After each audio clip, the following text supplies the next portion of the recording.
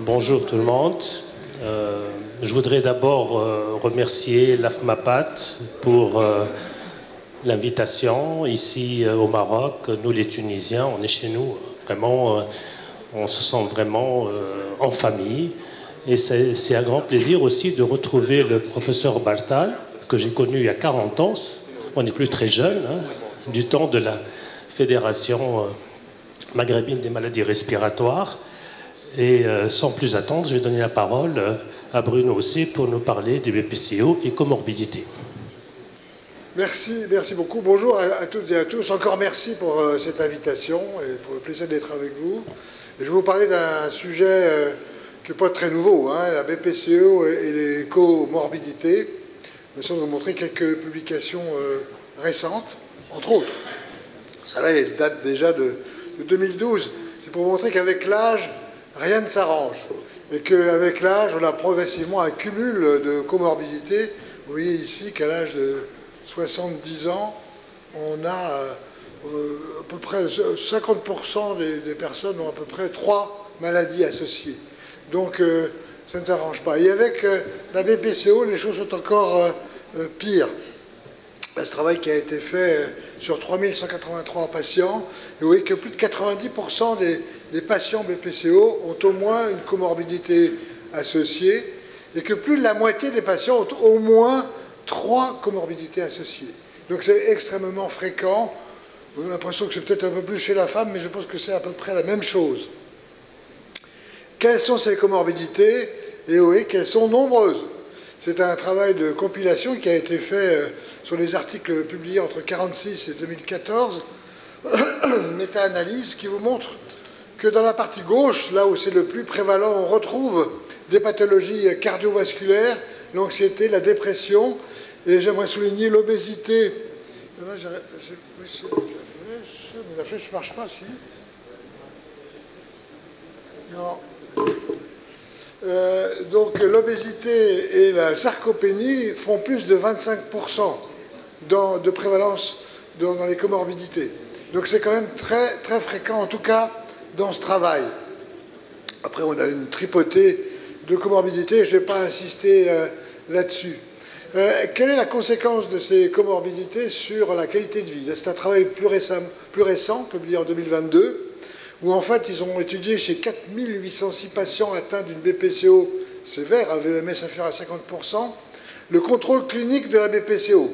Comment on définissait ce contrôle? C'est discutable, c'est d'avoir un score 4 inférieur ou égal à 16, l'absence d'exacerbation dans les 3 mois précédents, et ceci a été ajusté sur l'âge et le VMS. Et dans la population de 4806 patients, à peu près les 3 quarts étaient non contrôlés et un quart était contrôlé avec ces critères. Ça, c'est pour vous montrer la prévalence des différentes comorbidités dans cette étude. Et on retrouve encore une fois les pathologies cardiovasculaires, l'anxiété, la dépression. Ici, on voit l'apnée du sommeil à droite, qui n'était pas présente dans le travail précédent, pardon. Et donc, il y a une distribution des comorbidités qui n'est pas la même que dans le travail précédent. Ça montre une variabilité en fait dans l'appréciation de la prévalence des comorbidités dans la BPCO. Est-ce que c'est déclaré? Est-ce que c'est objectivé? Ça, c'est extrêmement variable, il faut s'en assurer. Donc, les conséquences sur le contrôle, ça, j'ai trouvé ça intéressant dans la représentation graphique. Chaque cercle, chaque point, c'est une comorbidité avec une surface qui est d'autant plus importante que la prévalence est élevée. Pour les comorbidités en vert cardiovasculaire, en jaune métabolique, AO c'est pour l'obésité abdominale, DM c'est pour le diabète, et puis en orange les autres. Et vous voyez qu'il y a une bonne place pour le syndrome d'apnée du sommeil qui a une large surface. Au centre, vous avez la BPCO non contrôlée, le non-contrôle de la BPCO. Et chaque cercle correspond à un odd ratio. Donc plus vous êtes proche du point central, plus le risque de BPCO, le risque est élevé de BPCO non contrôlé. D'accord? Et vous voyez que ces différentes comorbidités sont associées de façon significative avec des odd ratios, notamment pour anxiété dépression, avec un odd ratio élevé de non-contrôle de la BPCO. Le petit cercle gris, là, avec le D, c'est la démence. La démence est un facteur important de non-contrôle de la BPCO. Alors, on va voir un peu rapidement les différentes comorbidités de la BPCO, les troubles neuropsychiatriques, le cancer, l'anémie, l'ostéoporose et les pathologies cardiovasculaires déjà évoquées, la sarcopénie et la dénutrition. On commence par la dénutrition, où vous voyez qu'il y a une diminution de survie en fonction du BMI. Plus le BMI est bas, plus le pronostic est mauvais. Ce qui est intéressant de voir, c'est que l'obésité, le BMI supérieur à 29 kg par mètre carré, est plutôt protecteur, c'est l'effet un peu paradoxal du surpoids. L'ostéoporose et la BPCO, vous voyez sur ce schéma, il y a plusieurs travaux qui se sont consacrés à l'ostéoporose, avec des discordances quelquefois. Sur celui-là, vous voyez complètement à droite un sujet normal. En vert, l'os est normal. En jaune, l'ostéopénie. En rouge, l'ostéoporose. Et vous voyez, dans la colonne la plus à gauche, c'est le sujet qui a un VEMS inférieur à 50%, qu'il y a une augmentation significative ostéoporose, ostéopénie. Donc il y a sûrement une augmentation du risque d'ostéoporose avec la BPCO. Ça, c'est une étude relativement ancienne sur l'anémie. Quand je faisais mes études, c'était plutôt de se dire on va chercher la polyglobulie, hein, c'était plutôt on commençait l'oxygénothérapie continue, donc on cherchait plutôt de la polyglobulie. En fait, l'anémie qui touche 10 à 15% des sujets atteints du BPCO est un facteur de mauvais pronostic. Et vous voyez dans ce travail qui a été publié par l'Antadir que plus l'hématocrit est bas, moins bonne est la survie. Donc c'est un élément qu'il faut rechercher. Les performances cognitives, là aussi, plus on a une altération des performances cognitives, plus on a un risque de décès important. C'est clairement démontré, et c'est vrai aussi pour la dépression. Cancer et BPCO, le cancer est significativement associé à la BPCO. Vous voyez qu'il y a un odds ratio qui est de 1,27, donc il y a un risque supérieur de cancer. Vous allez me dire, oui, il y a une association avec le tabagisme, certes, mais il y a plus de risque de cancer quand on a une BPCO que quand on n'a pas de BPCO. Ça veut dire qu'on a proposé éventuellement de rechercher le cancer par un scanner dans cette population. Le scanner chez un BPCO a plusieurs intérêts, il y en a 4. Hein. Le premier, c'est bien sûr de rechercher le cancer, mais aussi d'apprécier l'emphysème, de rechercher des calcifications, voir s'il y a un risque vasculaire associé. Et le dernier, le quatrième, on a rarement dans les comptes rendus de scanner, c'est le muscle, savoir s'il y a une atrophie musculaire ou pas, une sarcopénie. Ça, il faut le demander si vous voulez avoir cette information, mais ça peut être un apport du scanner dans la BPCO. Risque cardiovasculaire et BPCO, j'ai déjà évoqué. Là, il n'y a pas vraiment de discussion. Tous les odds ratios sont supérieurs, sont significativement élevés, que ce soit pour les hospitalisations ou pour le décès. Donc il faut que nos cardiologues s'intéressent aussi à la BPCO. Et c'est ça aussi le point, c'est qu'il faut sensibiliser les cardiologues à la recherche d'une BPCO. Alors deux aspects plus particuliers sur le syndrome d'apnée du sommeil et sur la sarcopénie. Là, c'est un travail récent qui a été publié en 2022, où ils sont intéressés aux réadmissions. Après une hospitalisation pour exacerbation, vous savez qu'il y a un risque élevé de réhospitalisation dans les mois qui suivent. Et donc ils se sont demandé si l'obésité ou le syndrome d'apnée pouvait éventuellement être à l'origine de ces réhospitalisations, en sachant qu'il y a une relation entre obésité et syndrome d'apnée. Et donc, vous voyez que là, ça rejoint le topo que je vous ai fait hier, hein, sur les bases de données importantes, les données massives. On a 1 660 000 sorties d'hospitalisation, avec 19% d'obèses, 13% de SAS et 7,8% d'obésité et SAS associé. Et donc, quand on regarde ces résultats, on voit dans la partie, je vais aller de la gauche vers la droite, que l'obésité favorise le syndrome d'apnée du sommeil. Ce n'est pas un scoop. Mais vous voyez, l'odds ratio, il est d'environ entre 8 et 10. Hein. Et puis, que le syndrome d'apnée favorise les réadmissions avec un odds ratio qui est significatif. Hein, vous voyez que tout est supérieur à 1. Et que, par contre, quand on regarde l'effet de l'obésité sur les réadmissions, eh bien là, c'est un peu plus douteux. On a 2 modèles où c'est significatif et un où ça ne l'est pas. Mais par contre, quand on regarde l'effet de l'obésité et qu'on ajuste pour la présence d'un syndrome d'apnée, alors il n'y a plus d'effet de l'obésité sur les réhospitalisations. C'est donc plutôt le syndrome d'apnée qui est un facteur de risque qu'il faut rechercher, c'est les sujets atteints de BPCO. Sarcopénie, la sarcopénie est extrêmement fréquente, je vous ai dit tout à l'heure, 25%. Et donc elle est sous-estimée, sous-évaluée, parce qu'elle s'installe de façon très progressive, très insidieuse. Ce sont des gens qui vont avoir du mal à se lever de leur chaise, à monter les escaliers. Je le disais tout à l'heure, monter la marche ici. Si j'ai du mal, c'est parce que j'ai mon quadriceps qui a du mal à fonctionner. Et donc c'est ce qui se passe avec les sarcopénies. Et donc c'est la force musculaire, donc on peut tester la force musculaire, je ne sais pas si on fait ça chez les BPCO, on peut apprécier la quantité du muscle avec, soit en faisant une coupe de scanner au niveau de la cuisse, vous savez, je vais vous montrer le résultat de l'étude des Canadiens, soit maintenant, et de façon plus simple, avec l'échographie. L'échographie vous permet d'apprécier la masse musculaire et de savoir s'il y a une sarcopénie. Ça a des conséquences sur l'augmentation des hospitalisations, les exacerbations, les infections respiratoires.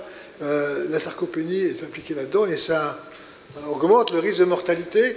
Un travail que vous connaissez probablement, qui a été fait par les Canadiens. En bleu, les gens qui ont un VEMS inférieur à 50%, mais une surface musculaire qui est calculée sur une coupe de scanner à mi-cuisse, donc une surface musculaire qui est relativement normale. Par contre, en rouge, quand vous avez une diminution de cette surface musculaire, donc de la masse musculaire, vous avez un risque de mortalité qui est accru. Alors là, je vous ai fait une liste un peu à la Prévert des différentes comorbidités. C'est beaucoup, et ce qui est intéressant, c'est de se dire, est-ce qu'il n'y a pas des phénotypes, en fait, des clusters, des associations qui pourraient sortir de ces comorbidités. Donc ça, c'est un travail qui a été publié il y a 2 mois, qui s'est intéressé à l'association, au phénotype d'association de comorbidité. Et donc ça rejoint un petit peu les techniques dont je vous ai parlé hier sur la clusterisation. Ils ont pris, alors là, ils ont que 203 patients qui avaient été bien identifiés, bien catalogués au point de vue comorbidité. Et sur ces 203 patients, ils ont utilisé une technique de clusterisation qui permet de distinguer 4 phénotypes. Alors, je ne vais pas rentrer dans le détail. En rouge, c'est ceux qui sont significativement associés au phénotype, et en vert, ceux qui ne sont pas. Mais il y a 4 phénotypes et qui sont schématisés en fait sur cette infographie. Et on voit que sur celui de gauche, c'est le sujet qui est le plus âgé, qui a des pathologies cardiovasculaires, un diabète et pas tellement dépressif. Mais vous voyez que lui, il va être hospitalisé plus souvent et il va décéder plus souvent. Le cluster B est intéressant parce que c'est ceux qui ont une sarcopénie, justement. Donc ça veut dire qu'il faut vraiment la rechercher, la sarcopénie, qui sont plus souvent des fumeurs et qui ont haute prévalence de dépression. En cluster C, c'est aussi intéressant de voir que ça, c'est des gens qui sont en surpoids et que ce surpoids n'est pas associé à une majoration des hospitalisations et des décès. Enfin, le cluster D est moins comorbide. Ils ont, ça c'est donc une infographie, mais sur des schémas de survie, vous voyez qu'il y a un lien entre le phénotype et la survie. Donc ça vaut la peine quand même, c'est original comme approche, en tout cas, de ces phénotypes associant différentes comorbidités. Ça insiste sur certains aspects. Et le point intéressant, c'est est-ce que si on traite ces comorbidités, on améliore éventuellement la BPCO. Pour l'instant, on n'a pas la réponse à la question. Ça, c'est pour vous dire, parce que la question, c'est quelles sont les relations qui peuvent exister entre ces différentes comorbidités que je vous ai énumérées sur le plan physiopathologique. Comment ça se passe? Et en fait, on n'a pas d'explication. C'était un schéma qui a été publié par Divo en 2015, où on voit toutes les relations. Alors, à gauche, c'est le schéma chez la BPCO, chez les patients atteints de BPCO. À droite, c'est un sujet sans BPCO. Et oui, la complexité des interactions entre les différentes comorbidités, dont le point, la surface est proportionnelle à la prévalence. Donc, c'est très différent. Et on ne sait pas bien comment expliquer, en fait, ces relations. Peut-être l'inflammation. Et donc, vous avez ici ce schéma avec au centre l'inflamme aging. On sait que le vieillissement, de façon générale, est associé à une augmentation de l'inflammation systémique. Et que la BPCO est un vieillissement prématuré du poumon qui s'associe à une augmentation de l'inflammation. Et cette inflammation pourrait expliquer, certes au rouge ici, on a les pathologies cardiovasculaires, mais aussi l'anémie, la sarcopénie, l'ostéoporose peuvent être liées à cette augmentation d'inflammation systémique. C'est encore un domaine sur lequel il faut travailler. Je vous remercie pour votre attention.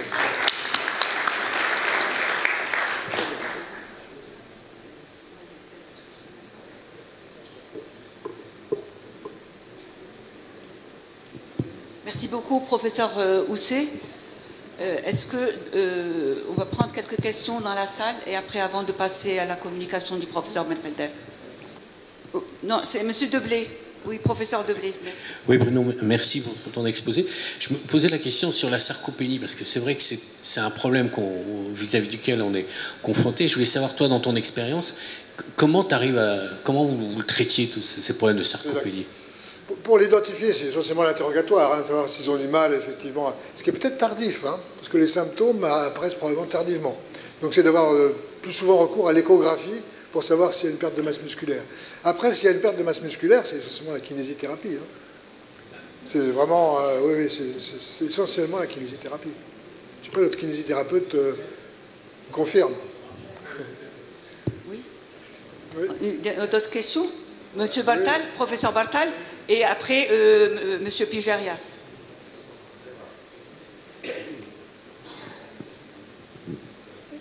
Merci beaucoup. Moi, je suis vieille génération. Je m'intéresse toujours à la tuberculose. Est-ce que c'est une comorbidité au cours de la BPCO, surtout dans les pays en voie de développement? Pas que je sache. Qu'il y a un lien entre les deux, pas que je sache. Ça veut dire que ça n'existe pas. Oui, Monsieur Pijerias, prof.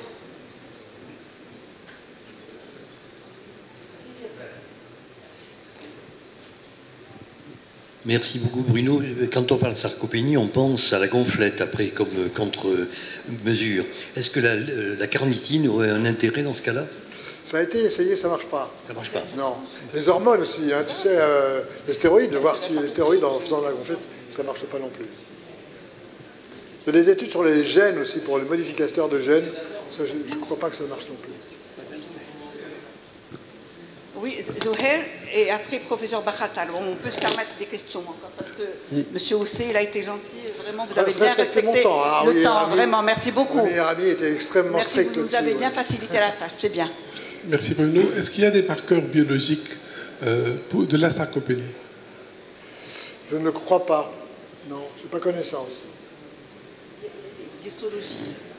Moi, je rejoins Zoher dans sa question. Je suis là. Il est modérateur de séance, Monsieur Bachatal est là. Pardon.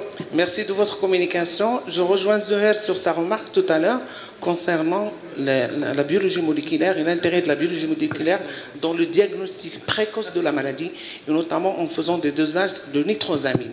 On a remarqué qu'il y a des nitrosamines qui sont très élevées dans le stade pré-BPCO.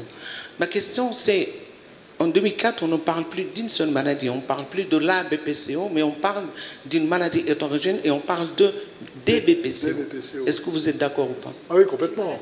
Complètement. Mais c'est pas nouveau. C'était plus simple de communiquer sur la BPCO que sur les BPCO. Mais clairement, il y a des patients qui ont des profils très différents pour un même VEMS, qui ont un profil, un phénotype qui est très différent. Donc clairement, oui, ce sont les BPCO. Ce n'est pas une question juste pour le marqueur de la sarcopénie. Pour nous, dans des pays où on n'a pas beaucoup de moyens, je pense que le meilleur marqueur, c'est le pèse-personne. Oui, alors attention. Parce qu'on oublie souvent de peser les malades, et c'est un phénomène très important. C'est vrai, mais une obésité peut masquer une sarcopénie. Donc tu peux avoir un surpoids et en fait avoir une sarcopénie associée. Donc le pèse-personne, certes, mais attention... l'obésité peut masquer. Oui, docteur Zohes aussi. Et après, ça va être la dernière question. L'œdème en rapport avec le cœur chronique ou l'HTAP, est-ce qu'elle peut